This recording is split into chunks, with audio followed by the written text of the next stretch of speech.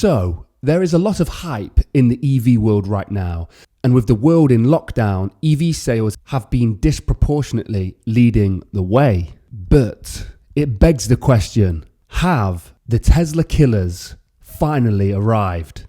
Let's find out.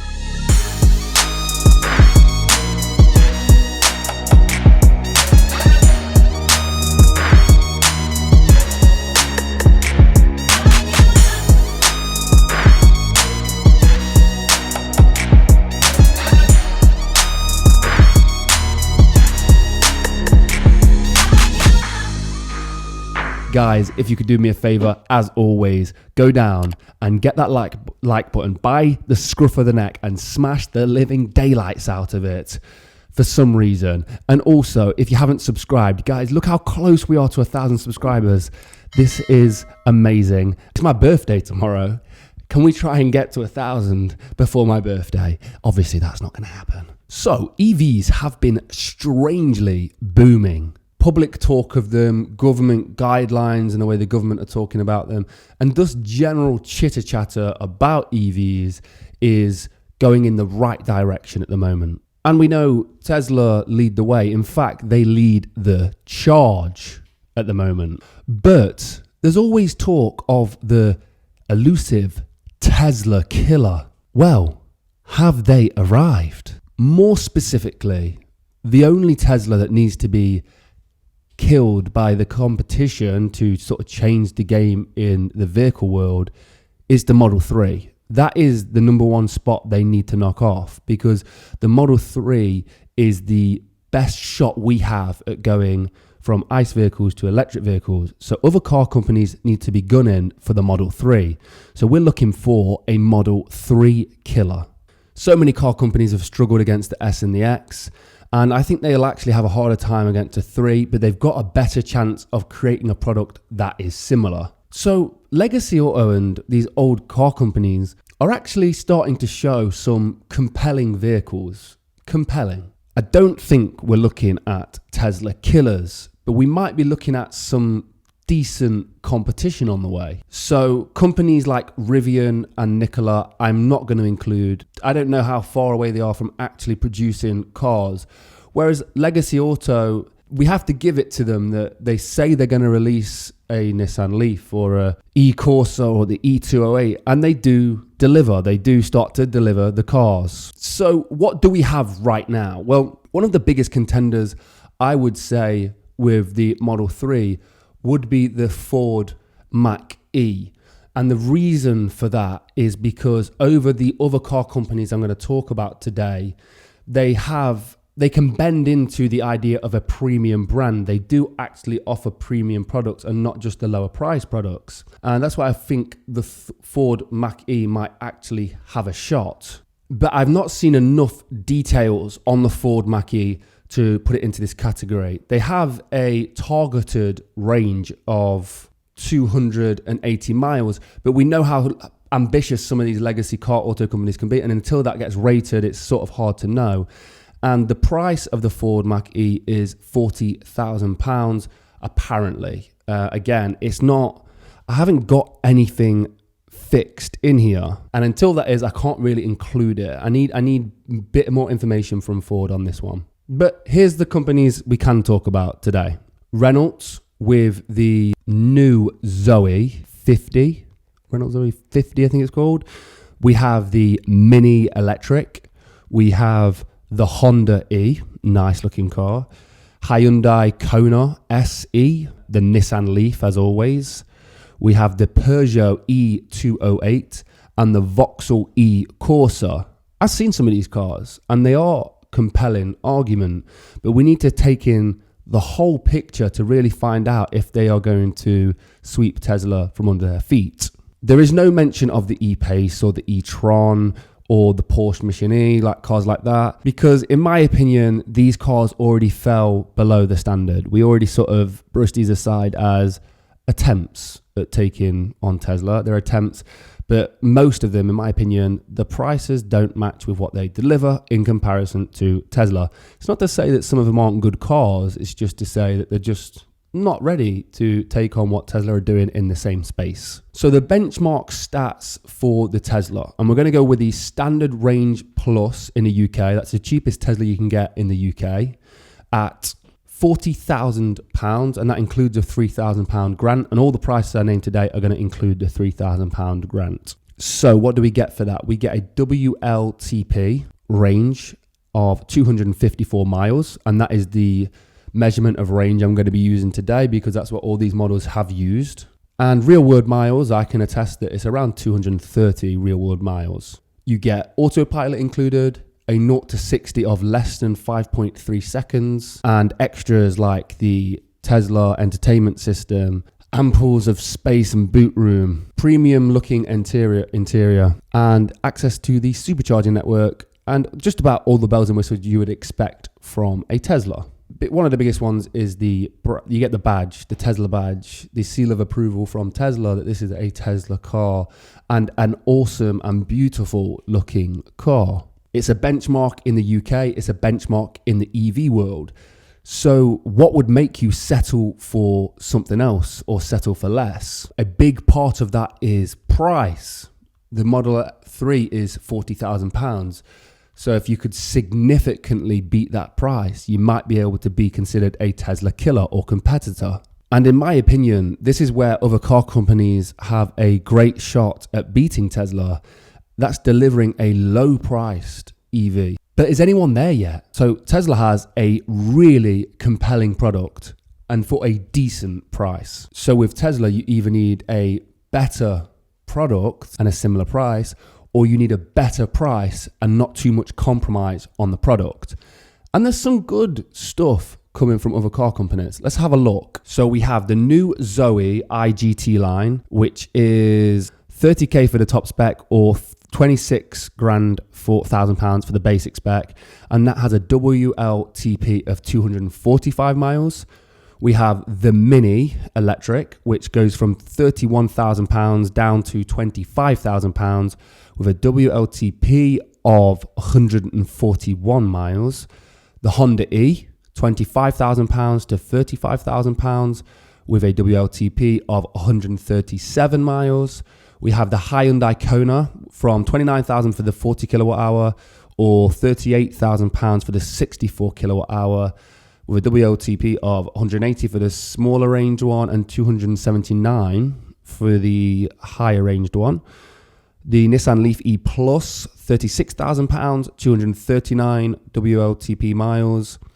The Peugeot E308, 217 miles WLTP.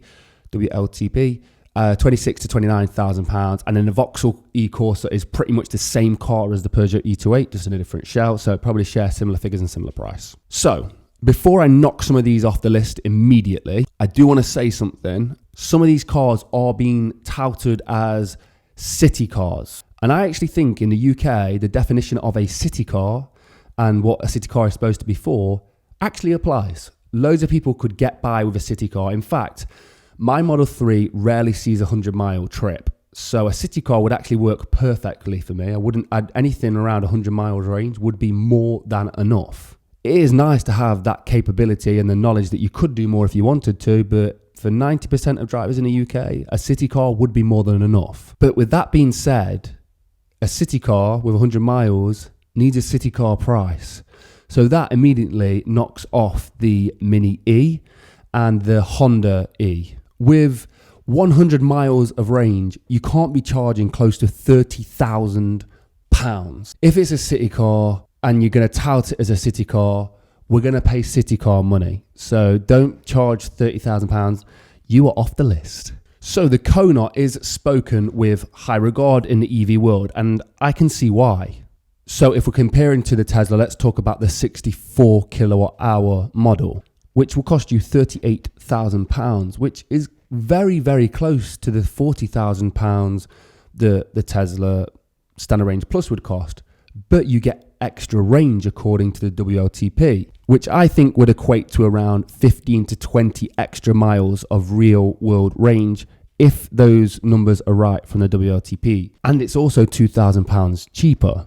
than the Standard Range Plus Model 3. So the gap is closing. This is a car company that is closing in on Tesla. The performance of the Kona is 0 to 60 in around 7.4 seconds. So, it's lacking there. The handling's not the best. And then if we talk about the tech inside, obviously Tesla is a leader in that. So Tesla beats it on that. The driving infrastructure of the superchargers, and lastly, the brand name, the premium brand name. So is saving £2,000 and sacrificing 20 miles of real world range worth not buying a Model 3? In my opinion, no. Would you buy the Kona for £38,000 when a Model 3 was right next to you and someone said, oh, the Model 3's got 20 miles less range and is £2,000 more?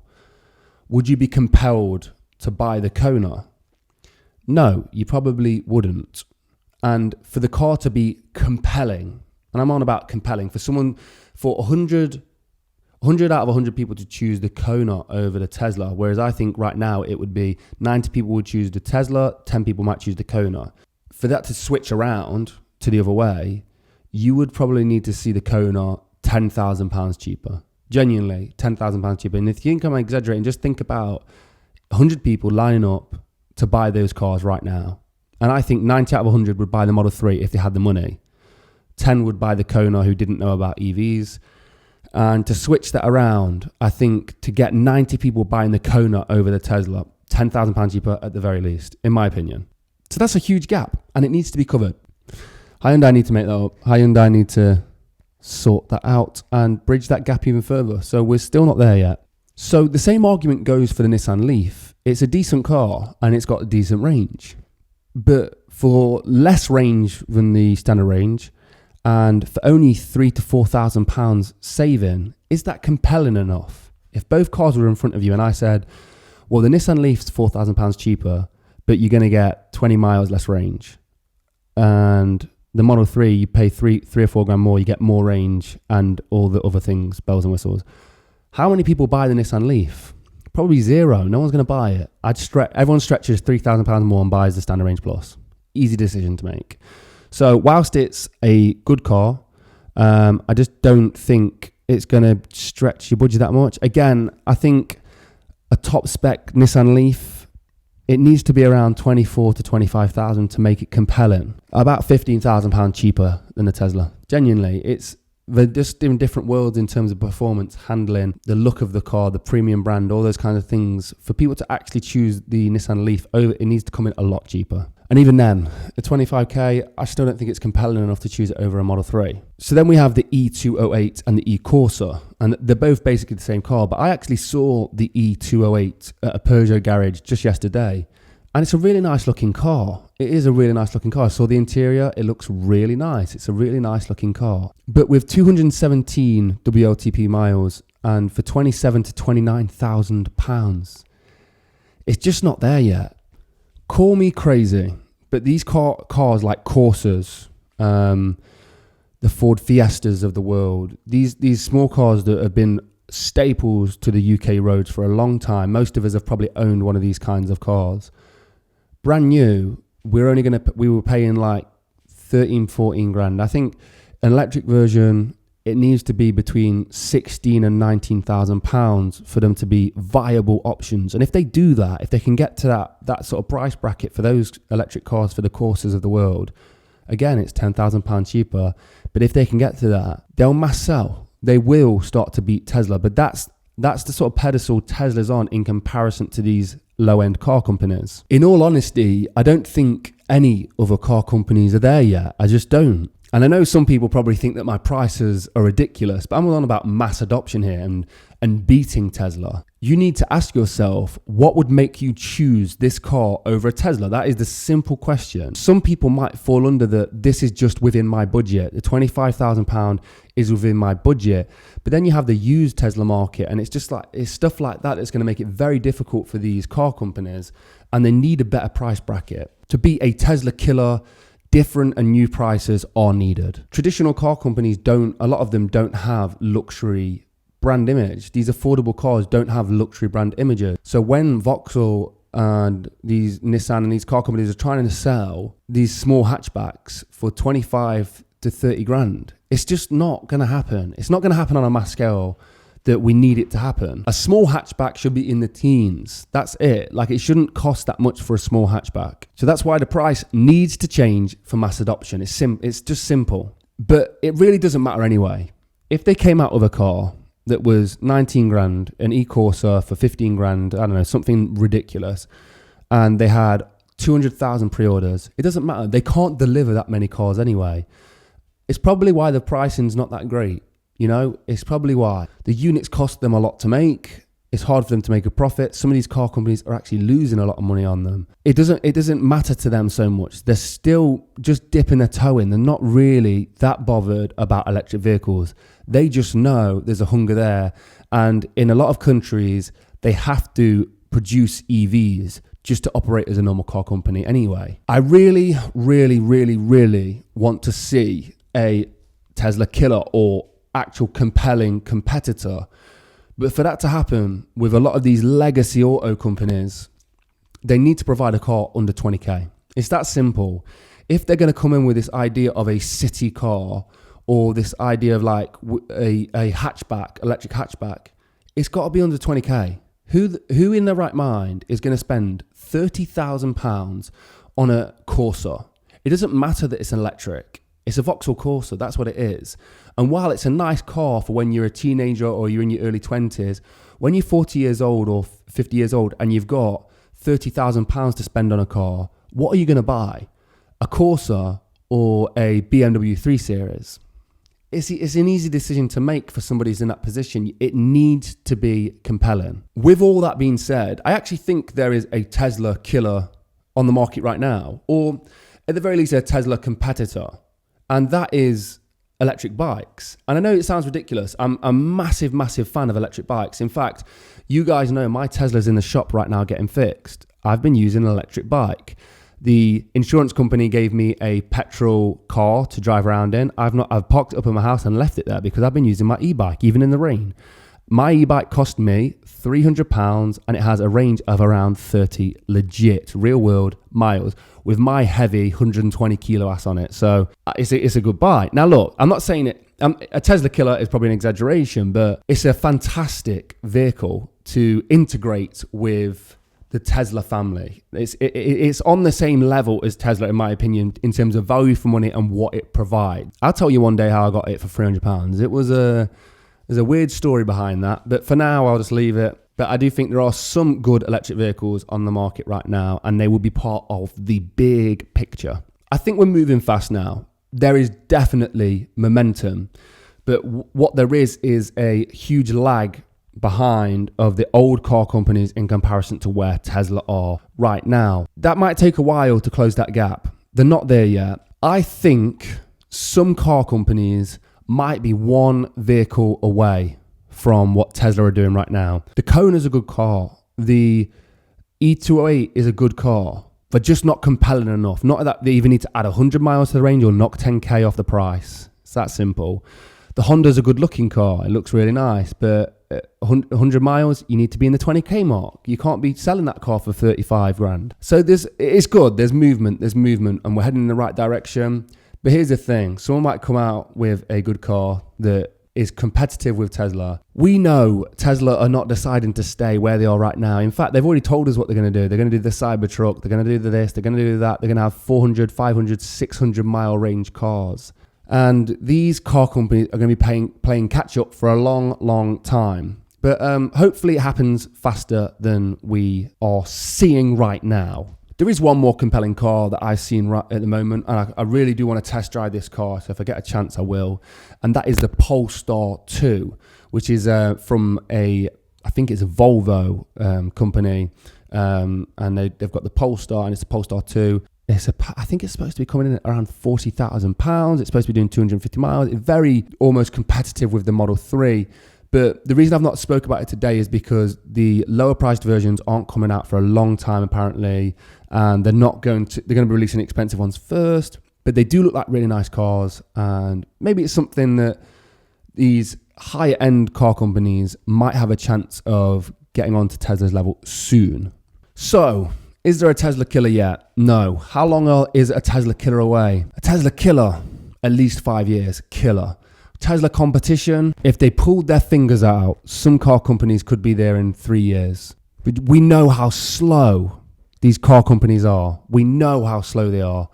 So what makes us think they're going to change this time? If it hurts the bottom line, maybe they will. Right, guys, anyway, thanks for watching. Let me know what you think. Tell me if I've missed anything. Tell me if you think there are any cars out there right now that make a compelling case. I think there are a few, but they're not new cars. Maybe a used Nissan Leaf. Maybe an electric bike. Maybe something like an old used Zoe. Cars like that, maybe. As always, guys, thanks for watching, and I'll see you in the next one. If you're thinking about buying a Tesla, please use the link in the description. It gets you 1,000 free supercharger miles, and it gets me 1,000 free supercharger miles, and I do appreciate it. It helps support the channel. Thank you to the guys who have used that link. You guys are the best. Salute to everyone on this channel. You're the best.